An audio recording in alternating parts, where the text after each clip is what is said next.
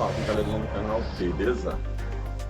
A Digital Cyberpunk 2077's ray tracing overdrive mode running at 100 FPS and more on an RTX 3080? Yeah, your eyes are not fooling you there. Thanks to a recent mod by online persona Nukem, nearly any and every game which supports DLSS3 frame generation now supports AMD's FSR3 frame generation in its stead. So that means you can enjoy the benefits of AMD's frame generation in ultra-demanding titles like Alan Wake 2 with its path tracing enabled, even though titles like this one and Cyberpunk currently do not natively support FSR3 frame generation technology. In this video, I'm going to talk to you about how you can upgrade a game's fluidity with this FSR3 mod, and I will answer the question of how it performs and looks, and I will compare it briefly to DLSS3 frame generation. But before I get into the nitty-gritty, let me briefly state one little caveat about this awesome FSR3 mod here, and that is, unfortunately, it is currently limited to RTX GPUs. So even though Team Red came up with FSR3 technology,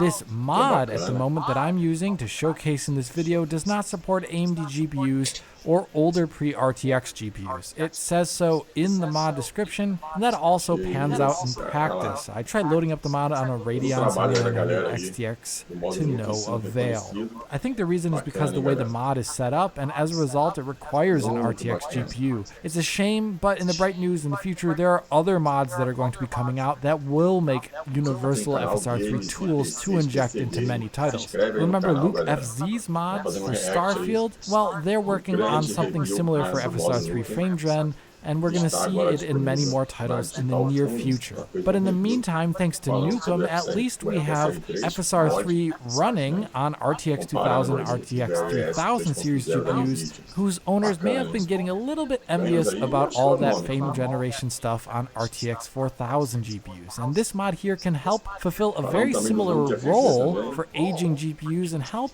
unlock some extra lifespan out of them. Really. So how does it work? I think it's really simple. As per the instructions on the mod page, you download the file and drag and drop the two DLLs from the extracted folder into the directory that contains the game's executable file. For example, in a Plague Tale here, just the main folder where you can see the game's exe there. Then double-click the registry change enabling file to make the game and Windows think your GPU supports DLSS3 FrameGen, and voila! When you go in game, you can see the ability to enable DLSS3 frame generation, even though this older RTX GPU definitely does not support it, like the RTX 3080 here that I'm demoing. When you enable frame generation in the game menu, instead of enabling DLSS3 frame gen, you are in fact enabling an injected version of FSR3 frame generation.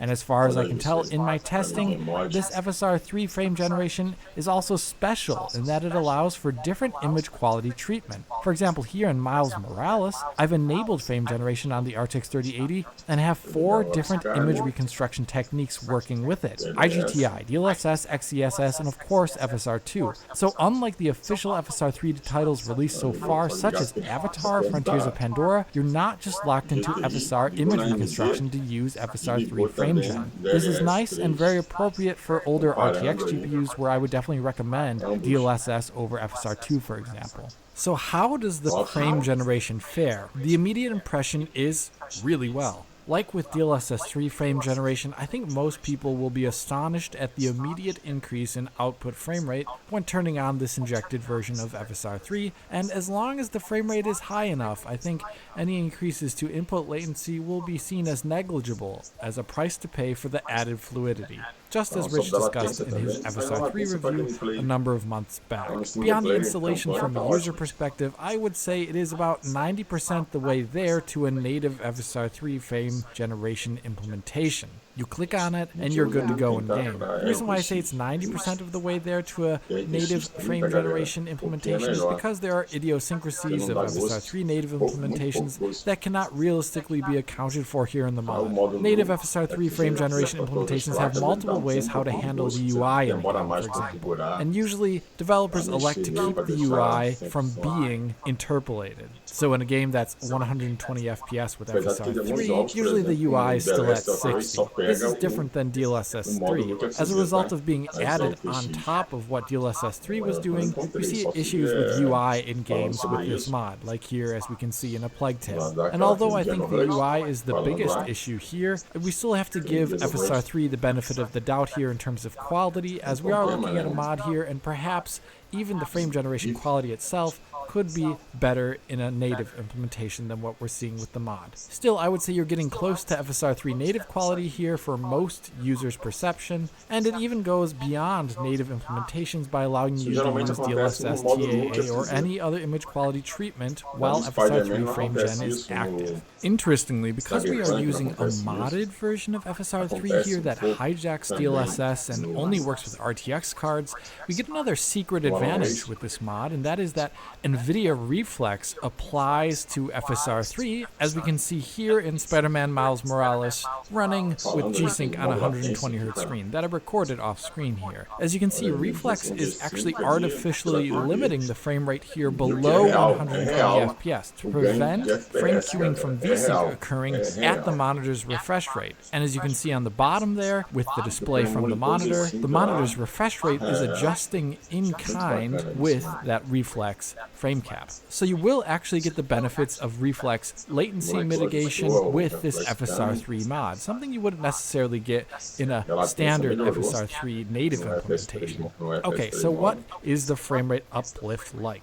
Let's start with the classic in-game benchmark in Cyberpunk 2077. Here I'm running it with RT Overdrive, max settings, RTX 3080, 1440p, DLSS, performance mode, ray reconstruction.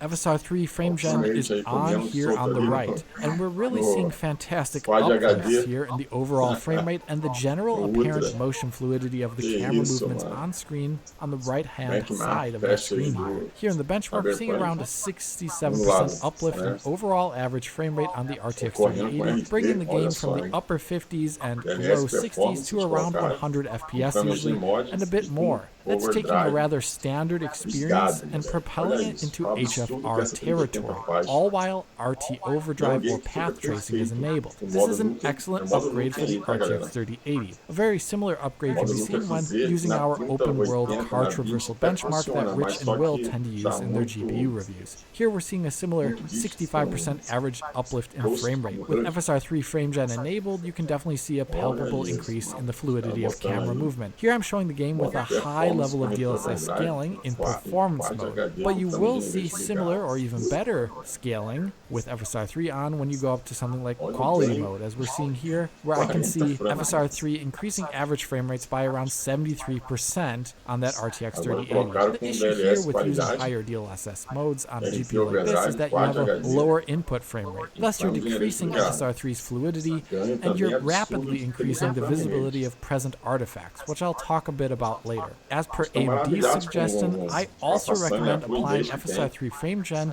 to games and settings which are already at around 50 to 60 FPS at a minimum. With 50 or 60 FPS input frame rates, you'll get a minimum viable experience with the technology where the output frame rates tend to be in excess of 100 or so. This is important so as to make artifacting less visible, but it's also important if you're on a mouse and keyboard setup where input latency is much more easily felt than on a controller. Okay, some good results in Cyberpunk here, but do we see similar uplifts in non-path trace titles? I would say based on the experience that I measured in Spider-Man Miles Morales, the answer is yes. Here we're running the game with DLAA at 1440p with ray tracing settings maxed out. We can see that FSR3 frame generation, when enabled on the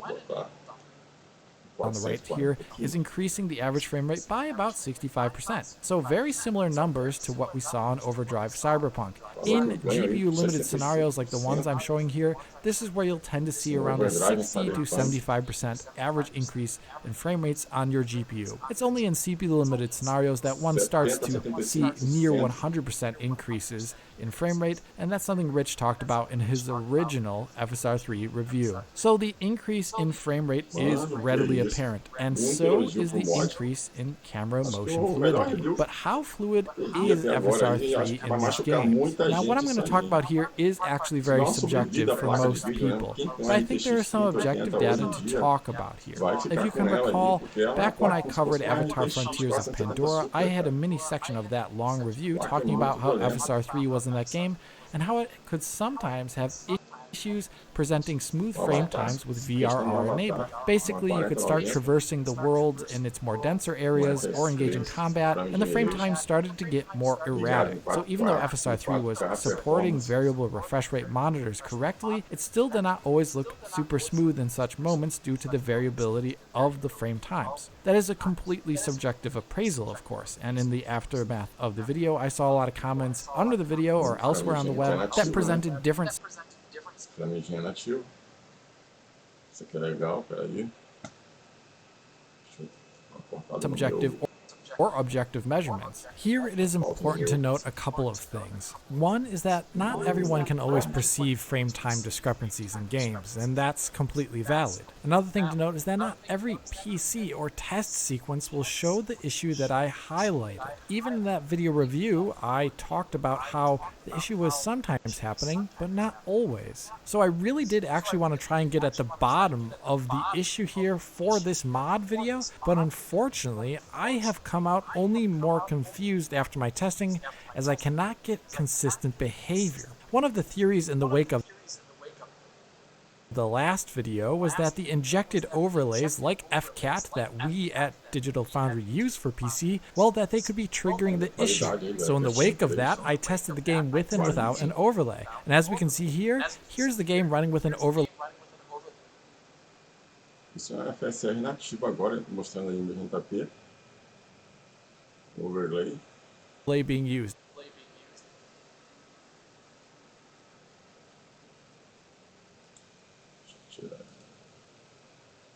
And one of the theories in the wake of the last video was that the injected overlays like FCAT that we at Digital Foundry use for PC, well, that they could be triggering the issue. So in the wake of that, I tested the game with and without an overlay. And as we can see here, here's the game running with an overlay being used, and frame time analysis is being done by FCAT. We can see the frame time issue occurring in the bottom right of the frame time graph here. Basically, larger frame time discrepancies between frames can occur that present similar to VSync jitter on a VRR panel. Now here's a similar scene again without the overlay being injected at all, but instead I'm measuring the game's frame times using our console measuring tools, which just analyzes video feeds. And guess what? The same issue can occur on the bottom right there when you see spurts of sawtooth frame times. So in the testing, the overlay did not seem to change the ability for the issue to pop up. Another question was whether the sawtooth frame time issue could happen on AMD. So I dropped in an RX 7900 XTX and tested the game out there, and I was also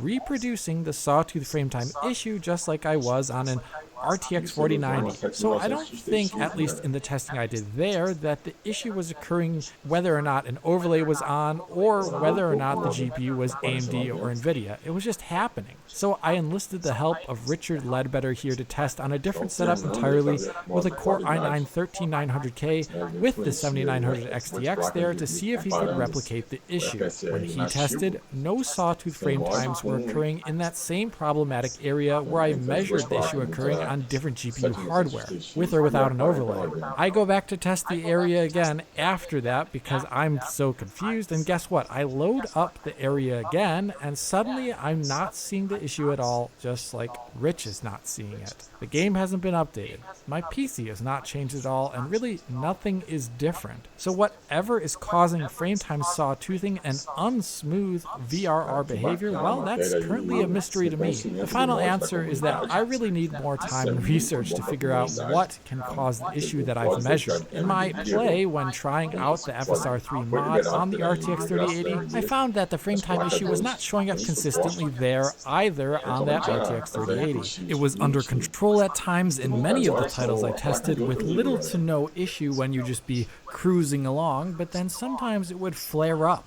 all of a sudden and impact the consistency of the frame generation experience, making it less smooth. Rich did his own testing of Cyberpunk on the 3080 using the mod, and his testing did not show the issue being present to the same degree. Other than our CPUs being different, but both being ridiculously high-end, I don't think there's any defining factor as to when and how frame time issues might occur when using FSR3, if they're going to happen at all. Reading up on user reports, I have seen that some people say that they have impacted smoothness when using FSR3, while others don't see any issue at all. In light of that, and my inability to consistently reproduce the issue based on some factor, my general tip is to just give the game a restart if you start seeing issues, as my avatar experience shows. With that in mind, I would say FSR3 can be very smooth with VRR, and the reasons why it cannot, well, they're currently unknown and they require quite a bit more research. Esses games aí são bem perfeitos, galera, muito perfeitos.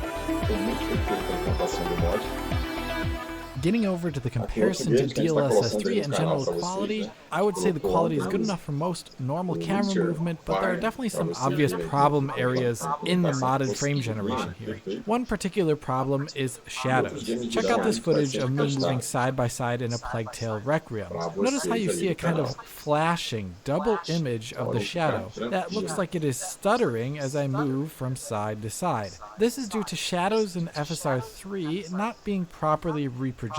This does not happen with native DLSS3 in the games you can inject to, like we see here, but it does happen with FSR3 in all of the games I tested, like we can see, for example, here in Cyberpunk when focusing on the car's shadow at the bottom of the screen. This tends to be one of the more obvious artifacts when using this mod. Another issue is silhouette and hair artifacting, like we see here in Alan Wake 2. When I move the camera from left to right, you should be able to see what I mean on the character silhouette of their hair, a kind of fizzling and haloing around the head that occurs, and this is an issue that you'll see in other third-person games with this FSR3 mod that just doesn't really happen with DLSS3. The last larger issue you may notice is a kind of stippled noise look showing up at some times in areas of greater contrast moving quickly. The reason for this is due to FSR3 Resolve, which seems dithered, so sometimes things look a bit noisier depending upon how much full screen change is occurring rapidly. Now there are technically more quality differences with DLSS3, but this is just a mod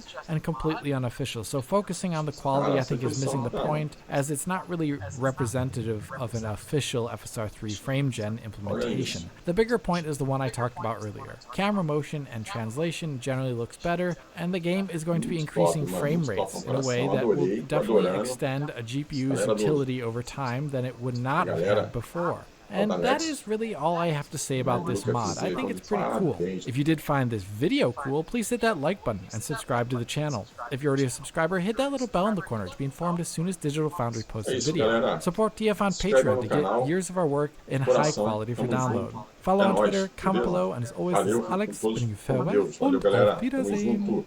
Salve, molecada. Valeu.